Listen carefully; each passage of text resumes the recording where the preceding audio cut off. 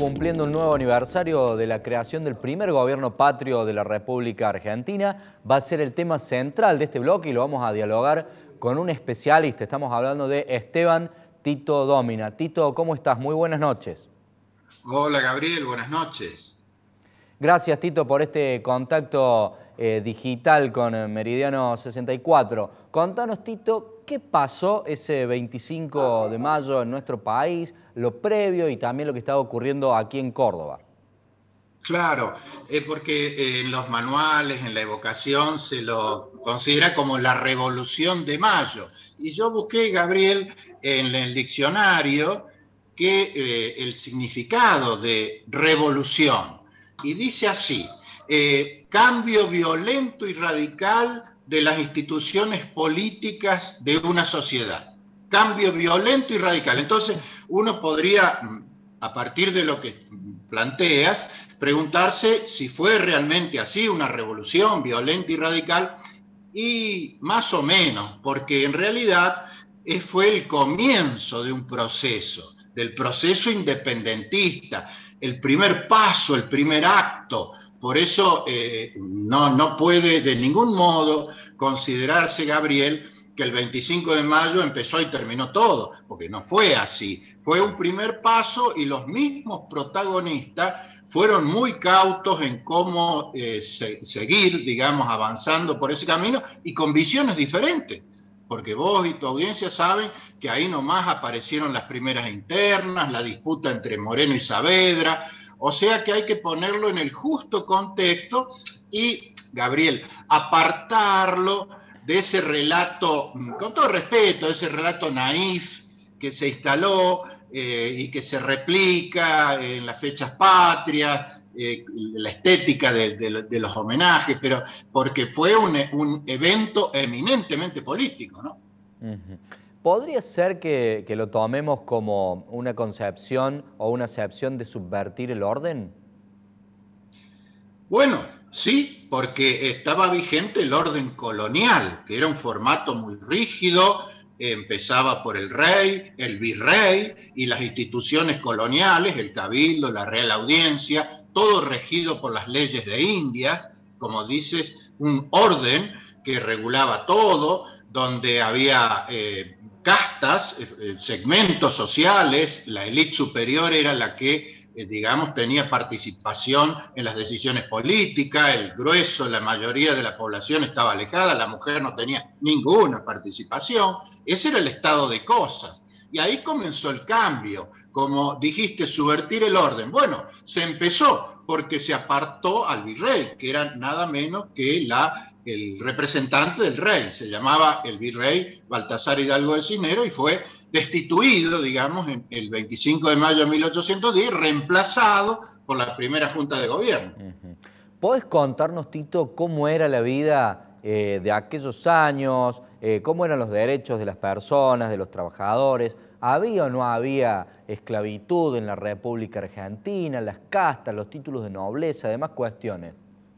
Sí, sí, había todo eso, como lo había en todo el virreinato. Recordemos rápidamente, Gabriel, que el virreinato del Río de la Plata estaba conformado por 4 de los países actuales, además de nuestra Argentina, la banda oriental, o sea, Uruguay, Paraguay y el Alto Perú, la actual Bolivia. O sea, era enorme. Buenos Aires era la capital, contaba con el único puerto de ultramar de ese enorme virreinato.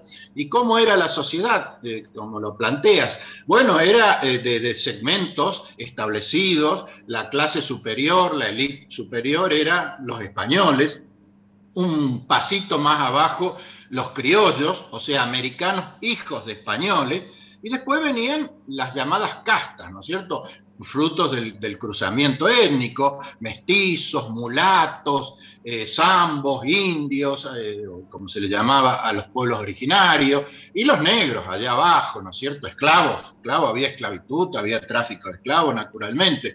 O sea, todo muy segmentado y salvo las castas superiores, prácticamente el resto no tenía derecho, casi nada. Fíjate, Gabriel, que la condición de vecino Hoy vecinos somos todos, quienes vivimos en un determinado lugar somos vecinos sin ninguna distinción.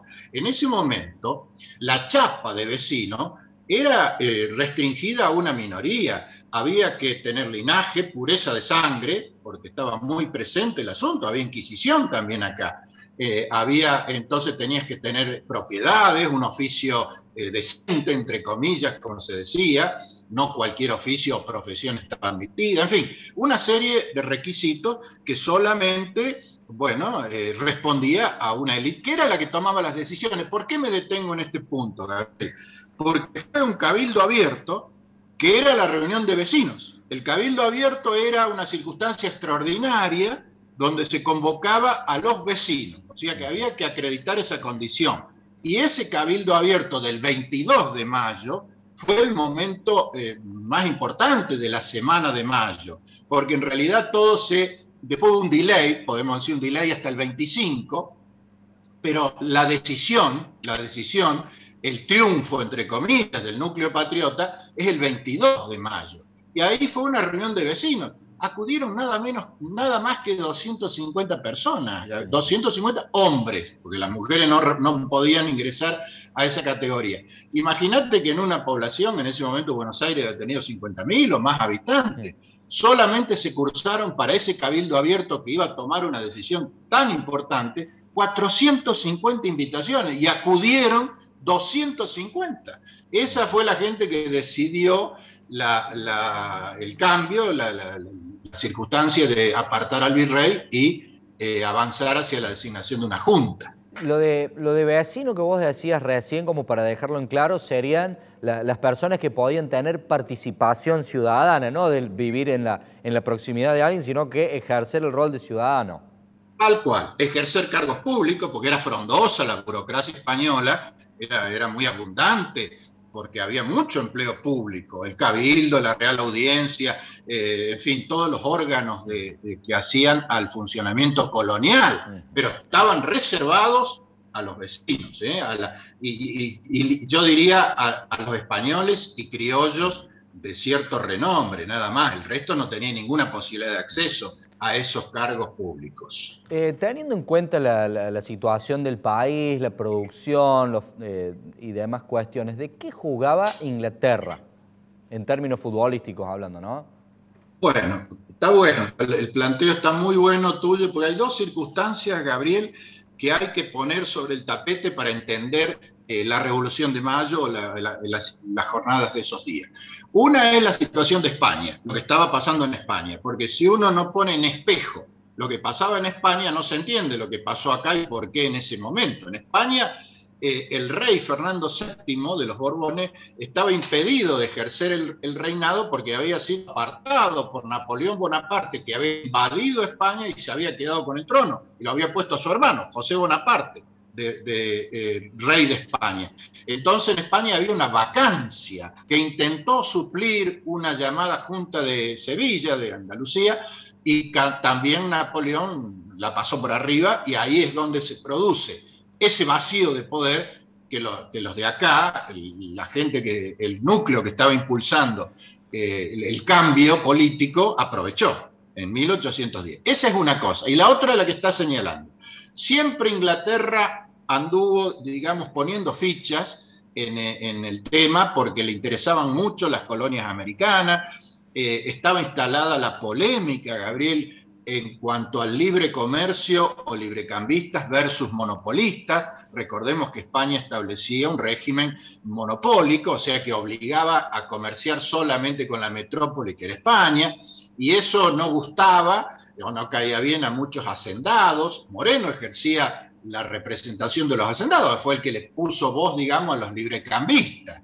O sea que esa cuestión que cobró inclusive volumen con las invasiones inglesas de 1806, 1807, estaba muy presente. Esto que vos señalaste como una cuestión económica tuvo mucho que ver, y la mano de Inglaterra estaba detrás, naturalmente, porque había intereses creados, no era tan ingenuo todo, ¿no? Y este cambio de destino comercial, ¿a qué sectores de aquel tiempo del país benefició y a quiénes perjudicó?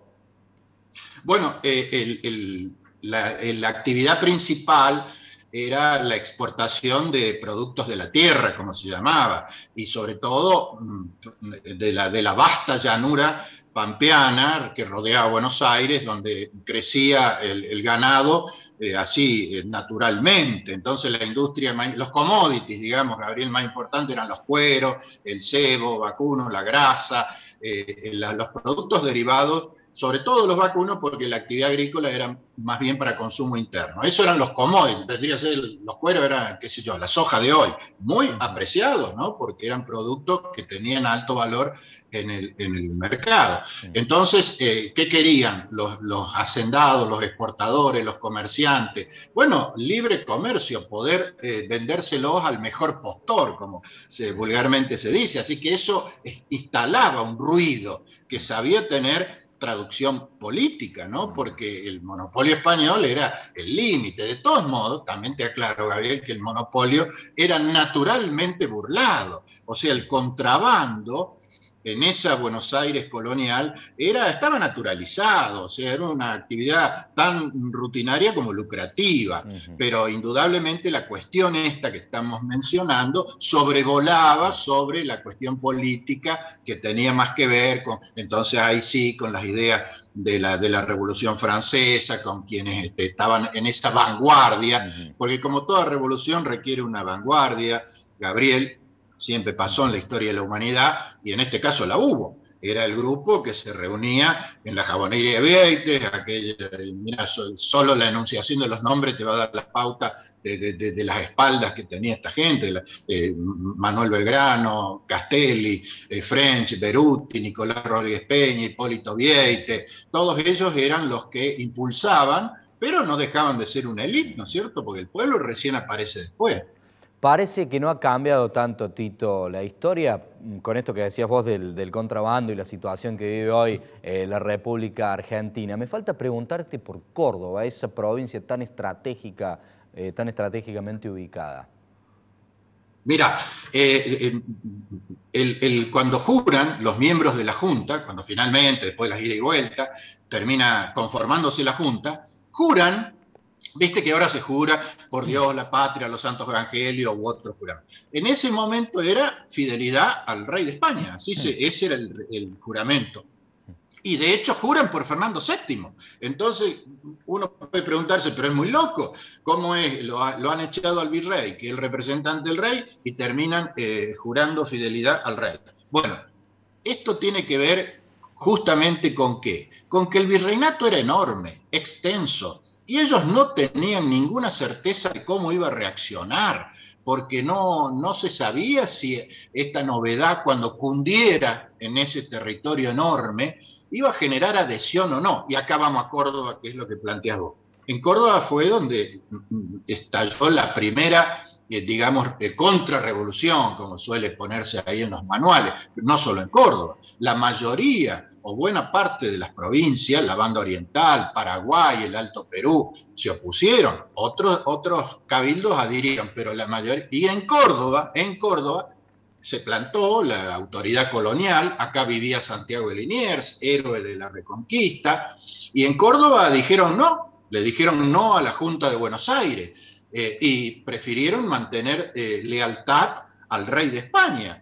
Imagínate que desde Buenos Aires despacharon una expedición militar para que sofocara esta revolución o contrarrevolución en Córdoba, o esta rebelión, o como se le quiera llamar, y terminó corriendo sangre, la primera sangre, Gabriel, porque el 25 de mayo y toda la semana de mayo fue incruento todo el desarrollo. No hubo derramamiento de sangre, porque fue todo más bien palaciego. La primera sangre corre en Córdoba. Cuando llega esta expedición, captura a los cabecillas, entre comillas, que eran nada menos que el gobernador, el obispo, el jefe de la guarnición militar, altos funcionarios, Liniers, y lo fusilan.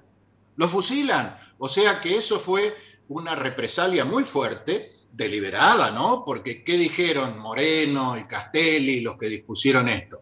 Dijeron, hay que mandar un mensaje duro al resto del virreinato de que aquí el que no acata la pasa mal.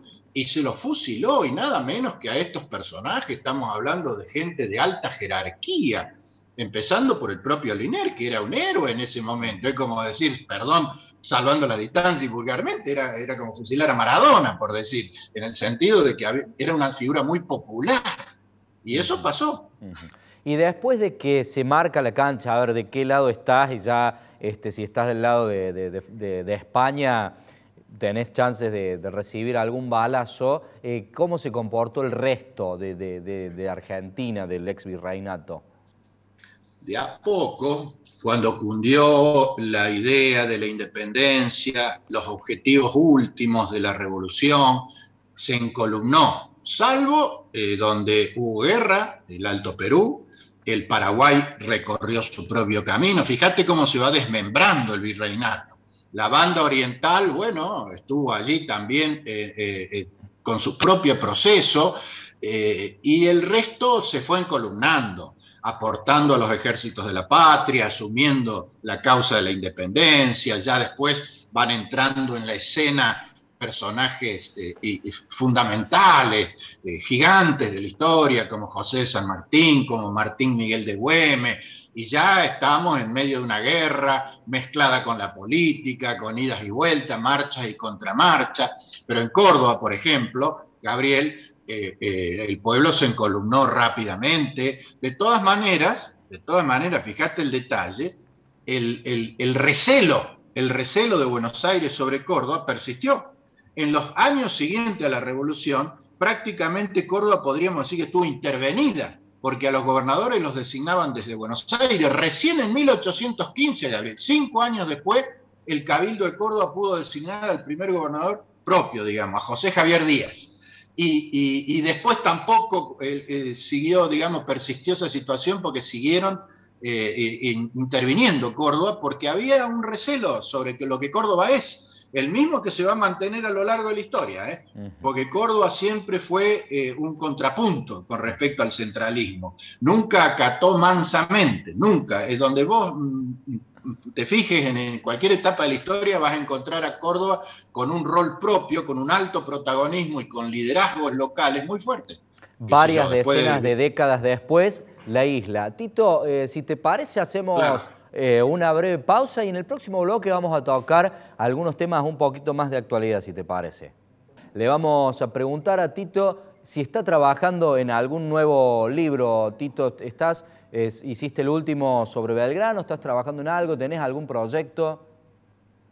Tengo en marcha un libro sobre Juan Bautista Bustos, porque me parece que estoy en deuda en ese sentido, de aportar a un granito de arena al conocimiento de quién fue. Y ya que estábamos hablando, tiene mucho que ver con esto, decíamos, Gabriel, de la implicancia e importancia que tuvo Córdoba en distintas épocas, y muchas veces castigada por eso, Ustedes van a poder ver de nuevo la entrevista que le estamos haciendo a Tito en el Facebook de Tito Esteban Domin. Aprovechando, Tito, que te tengo acá, obviamente venís a presentarlo en Meridiano 64 cuando salga el libro, Las Puertas Abiertas. Te quiero preguntar sobre el regreso de los próceres a los billetes, en el de 200 Martín Miguel de Güemes, en el de 500 Belgrano y en el de 1000 San Martín, y por ahí si no le han errado, porque recordemos que antes en el de 5 pesos, que deberían ser el de 5.000 ahora por una cuestión de poder adquisitivo, estaba José de San Martín, y en el de 10 pesos, que todavía circula, está Belgrano, y ahora los invirtieron. ¿Esto no genera confusiones? Claro, ahí hay mucha tela para cortar, Gabriel, pero podría enfocarse este tema que estás planteando de dos maneras. Ya sea, por un lado, la oportunidad y si acertaron o no en los cambios, o sea, desde el punto de vista de la decisión de implementar estos cambios ahora. Y lo otro, la justicia o no, digamos, de las figuras nuevas, entre comillas, que van a estar presentes en los billetes. Entonces, en cuanto a lo primero, es todo un andarivel, podríamos decir. La verdad que se requerirían billetes de mayor denominación, como tú dices, porque hubiera sido la oportunidad de emitir un billete de 5.000, de 10.000, porque realmente todos sabemos que hoy ya el máximo billete que tenemos de 1.000 pesos equivale a $5, cuando en todos lados, en la región, estoy diciendo, en Brasil, no llega en México, a $5, claro. no llega casi, ponele. Entonces los billetes máximos están en el orden de los $50, que sería un billete de 10.000 pesos. Y es cierto que con toda justicia el billete de mayor denominación, me parece bien que sea San Martín, que el pobre estaba en ese billetito de 5 pesos, el verde, ¿se acuerdan? De 5 pesos que ya no está en circulación. Eso en cuanto a todo un debate que tiene que ver y roza con la política, por qué esto y lo otro. Eso por una parte. Por otra parte, lo que vos también planteas de que aparezcan personajes como Martín Miguel de Güemes y mujeres como en este caso Juana Zurduy, María Remedios del Valle. Yo creo que esa segunda parte es bueno. Güemes no podía estar ausente. Pero sentido... la pregunta también, Tito, es si está bueno que se repitan, porque tenemos en el de 10 pesos a Belgrano y en el de 500 también lo tenemos. Pero el de 10 pesos ya prácticamente no tiene circulación y la va a tener. Acordate que el de 5 de San Martín se dejó de circular, se lo cambió por una moneda que tampoco se van a emitir, pues sale más caro emitir la moneda, o acuñar la moneda, perdón.